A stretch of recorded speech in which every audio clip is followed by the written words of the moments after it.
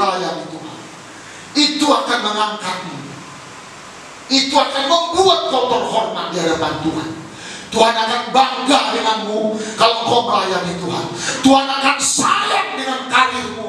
Masa depan kau sungguh-sungguh melayani Tuhan. Mungkin waktu melayani kita tidak dihitung orang, kita tidak disalah orang, kita tidak diperhitungkan orang, tapi layan oleh Tuhan.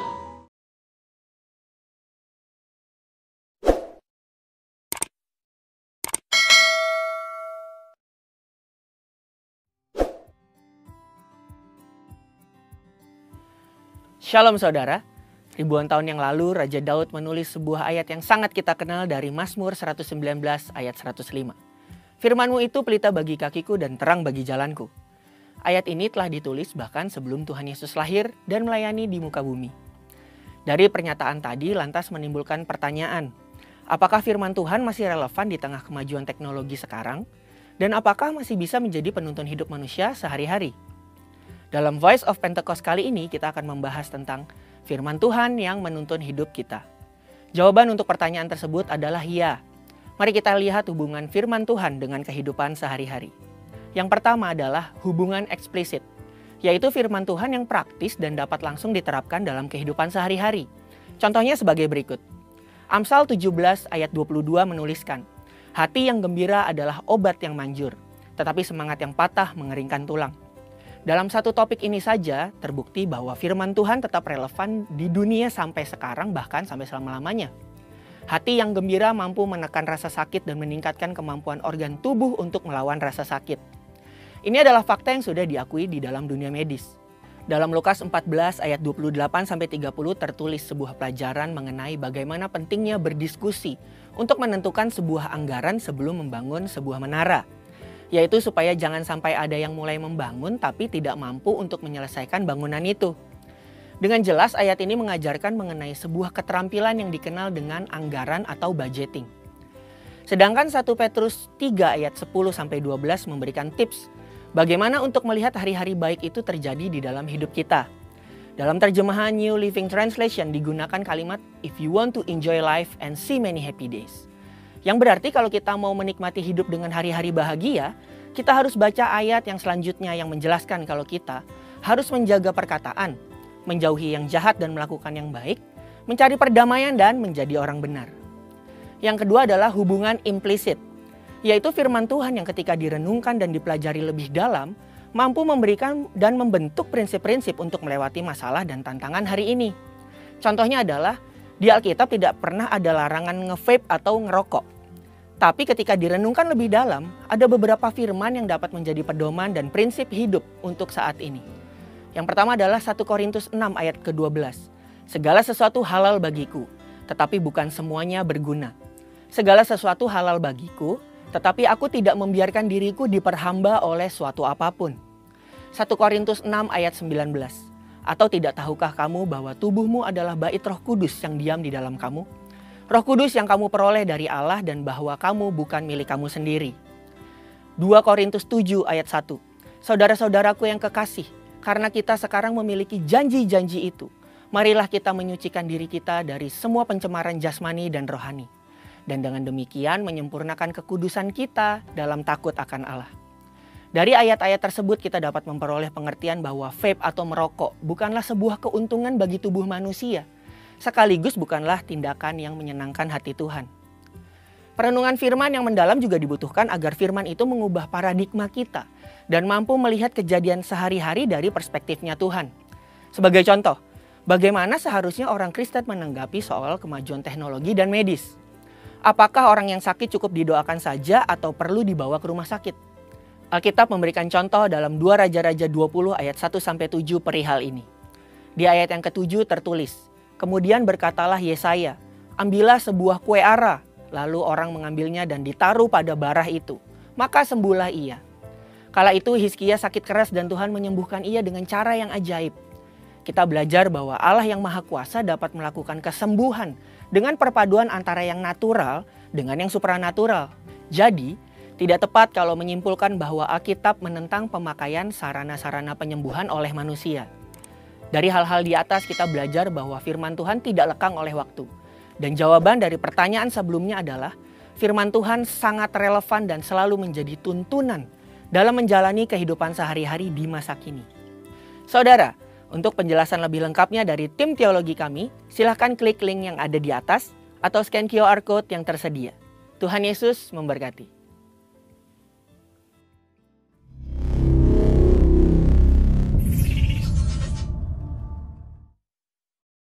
Mari kita buka kitab kita dari kitab 1 Korintus pasal 15 ayat 3 dan ayat 4.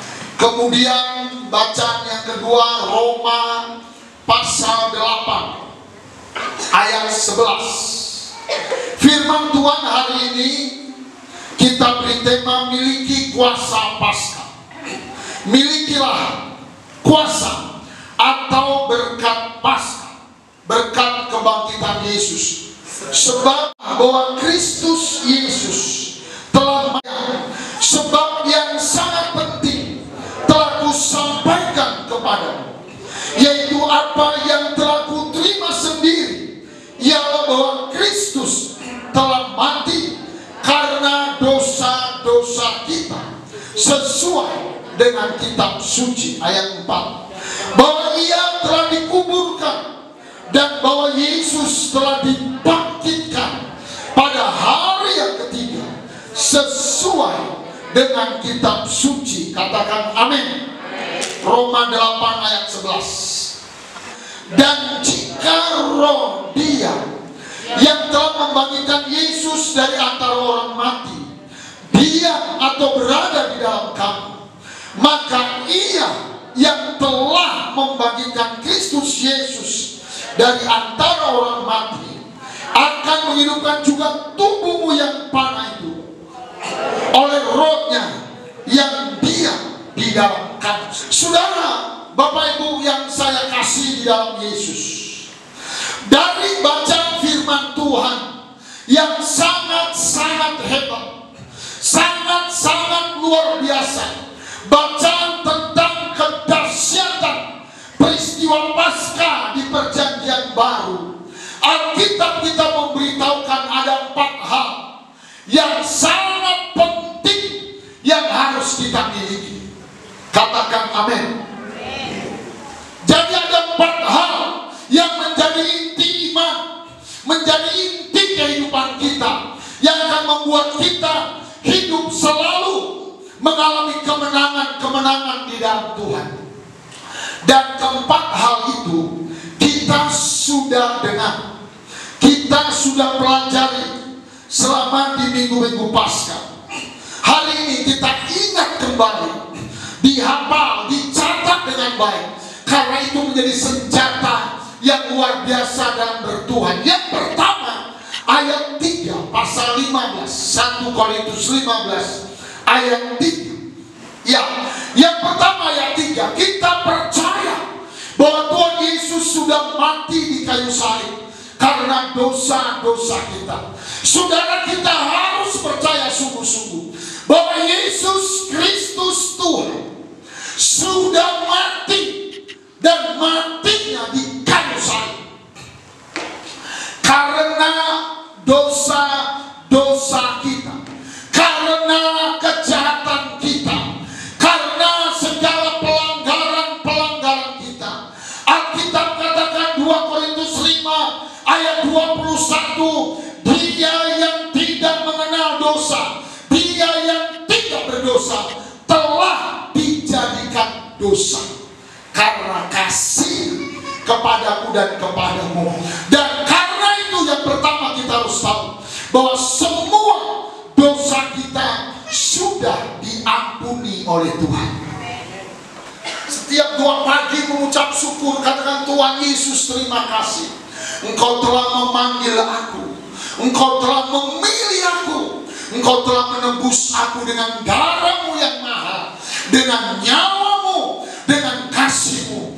Dosaku semua sudah diampuni. Amin, saudara.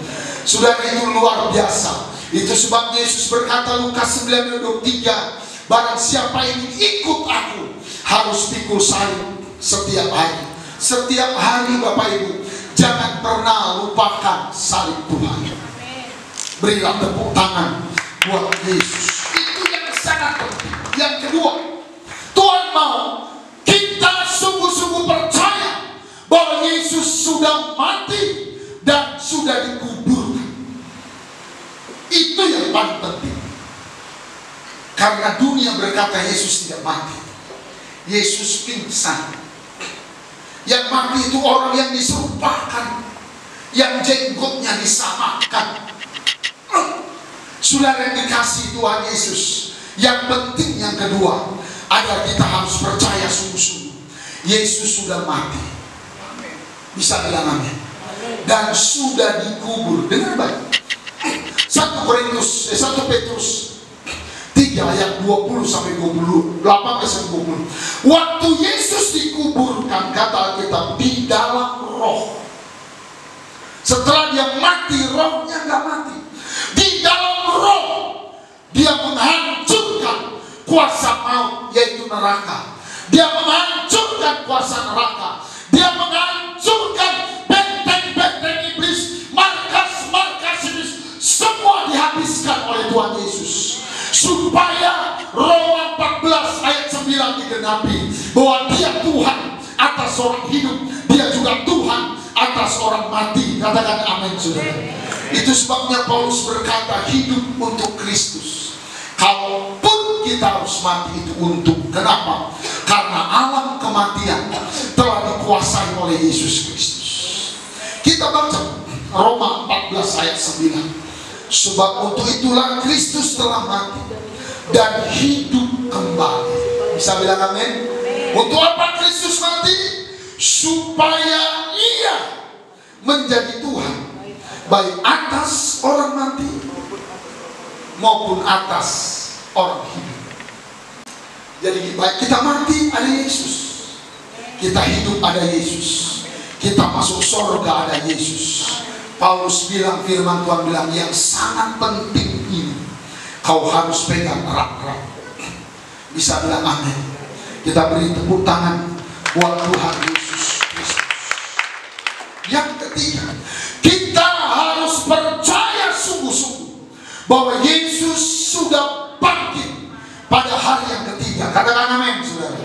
Saudara, kita katakan di ayat 4b, kita harus percaya dengan iman yang mantap bahwa Yesus Tuhan sudah dikuburkan dan hari ketiga dia bangkit. Amin. Dia bangkit untuk apa? Untuk dua.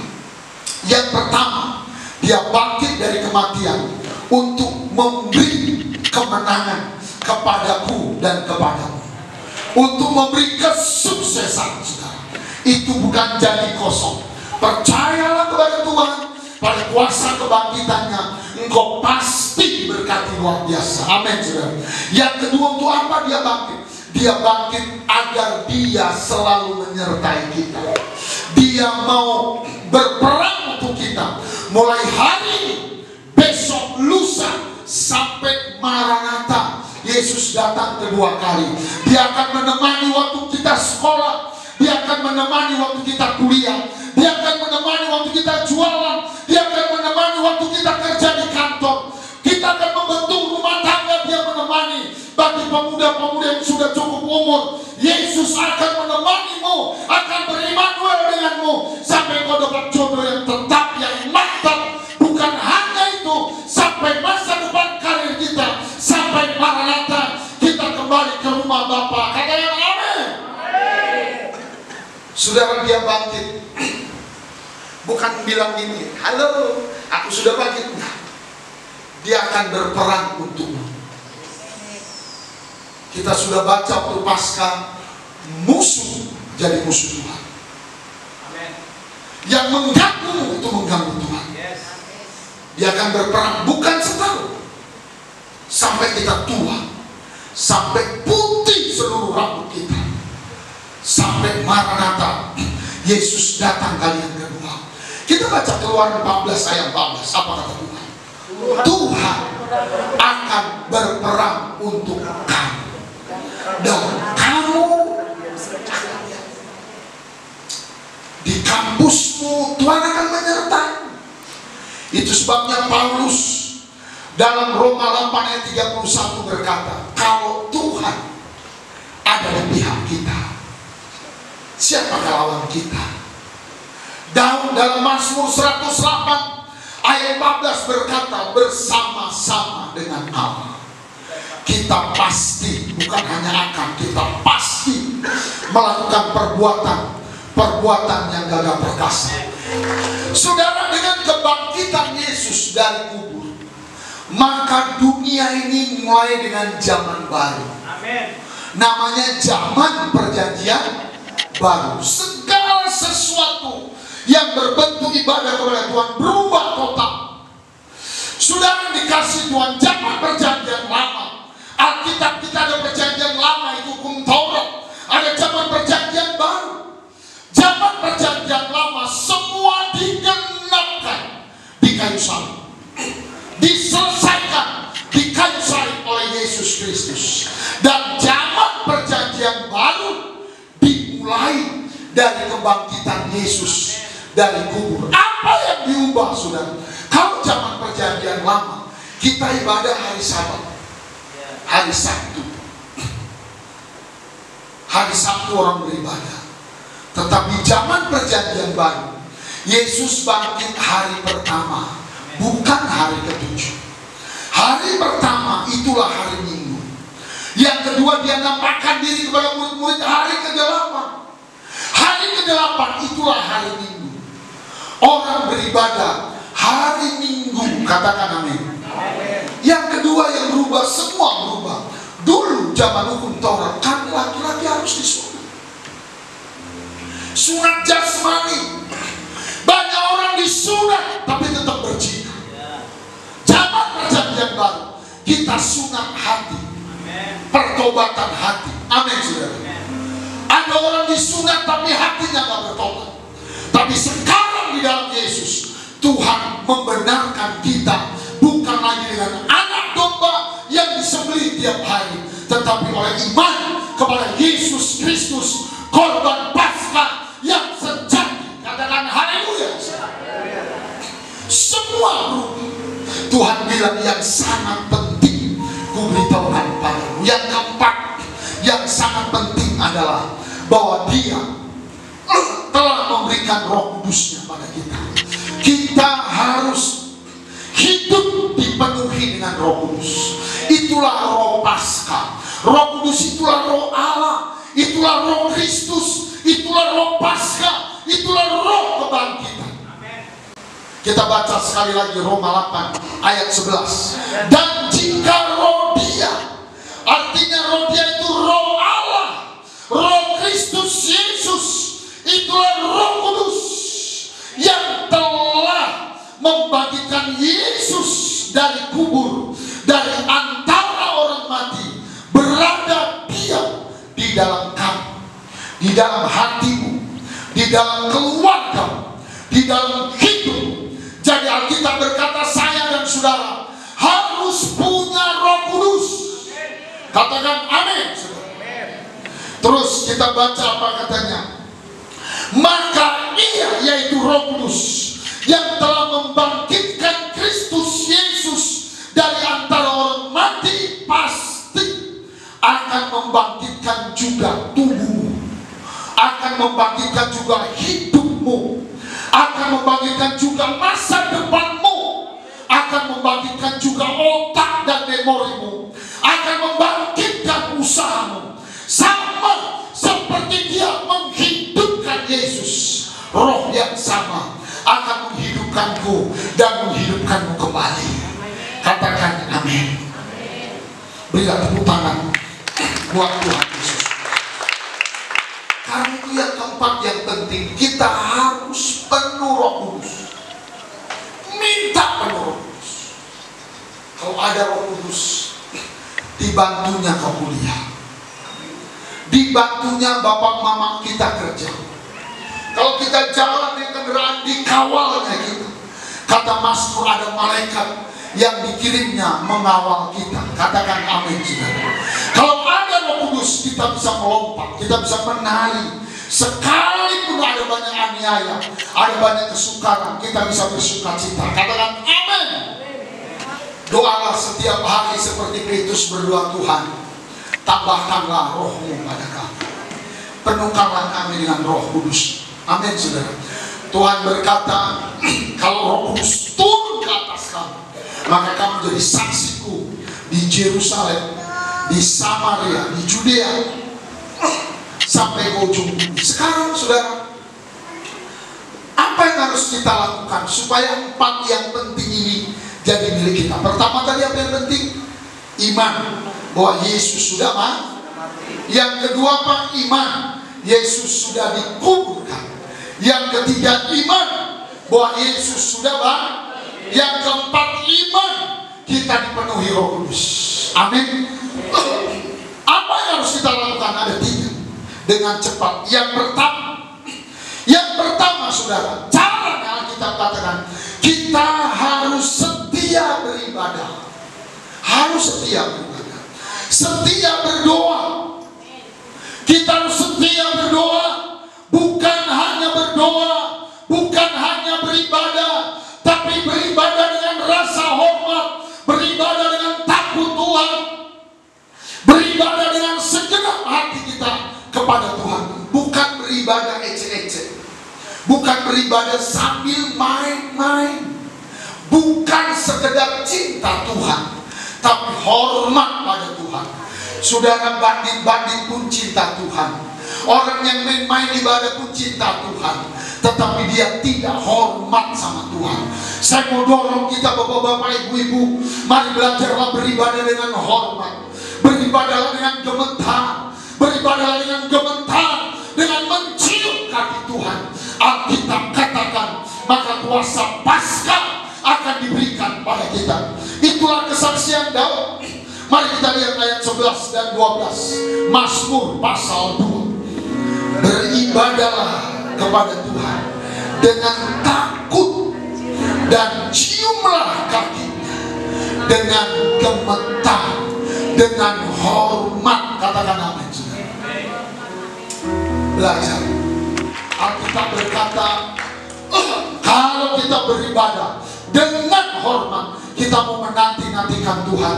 Katanya kita akan diberi kekuatan burung Raja Wali. Kita akan terbang tinggi sesuai dengan kasih karunia Allah, mengarungi segala kesukaran-kesukaran yang terjadi. Yang kedua, apa yang harus kita lakukan? Yang kedua, kita harus setia melayani Tuhan.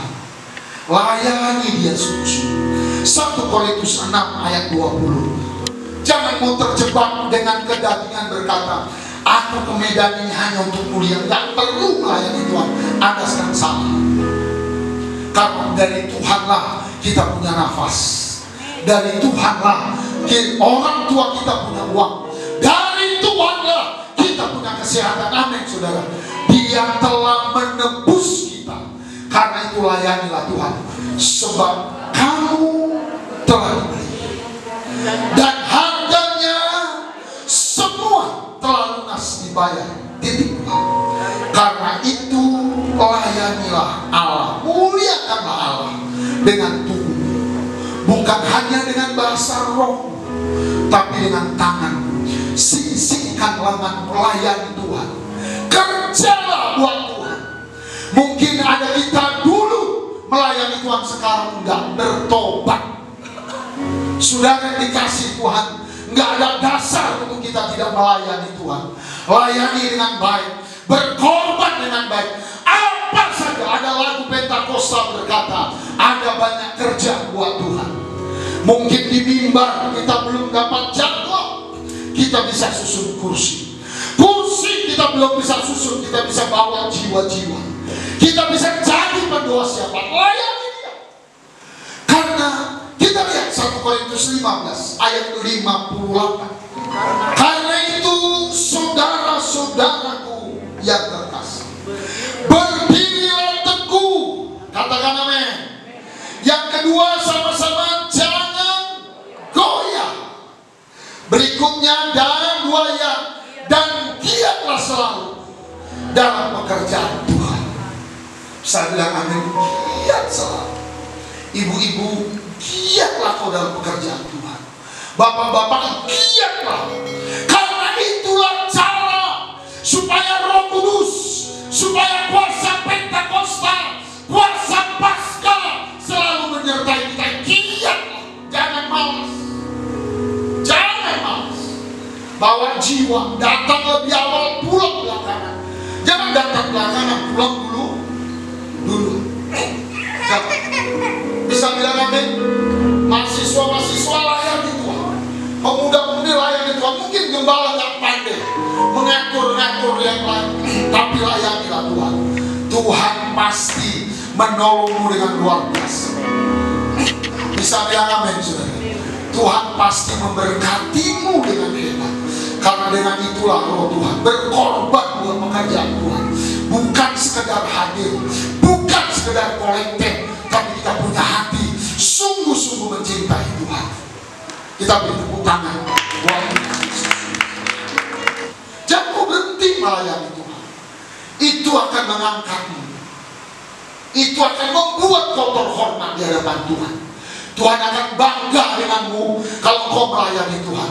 Tuhan akan sayang dengan karirmu. Masa depan kau sungguh-sungguh melayani Tuhan. Mungkin waktu melayani kita tidak dihitung orang, kita tidak disalah orang, kita tidak diperhitung orang-orang, tapi layanilah Tuhan. Kita baca 1 Korintus 15 ayat 10. Kita harus semua rajin kerja lebih keras. Amin. Jadi kita harus rajin kerja, lebih rajin, lebih keras dari semua orang. Kita berdoa lebih sungguh-sungguh, beribadah lebih sungguh-sungguh, melayani lebih sungguh-sungguh. Tetapi karena kasih karunia Allah, aku adalah sebagaimana aku ada sekarang.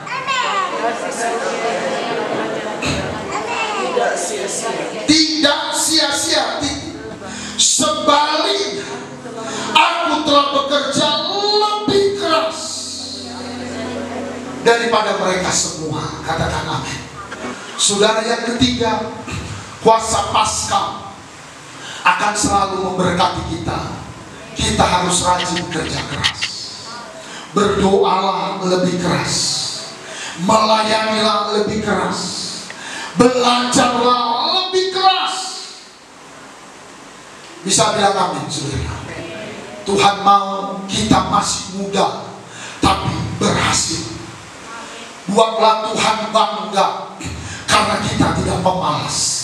Biarlah gereja bangga, biarlah keluarga bangga karena kau orang yang ringan tangan, orang yang mau menyingsingkan lengan, bekerja lebih keras dari yang lain. Kenapa? Bukan kita, karena Rohnya ada bersama kita. Katakan amin. Jadi ada 3 membuat kuasa Paskah. Yang pertama, beribadahlah dengan hormat. Amin. Yang kedua, rajin melayani. Yang ketiga, saudara, belajar rajin kerja. Memang gak langsung jadi berhasil, tapi rajin kerja, rajin. Yang kuliah rajin baca, rajin baca. Marilah kita berubah dan bertumbuh. Haleluya. Sama-sama katakan, curahkanlah kuasa Tuhan.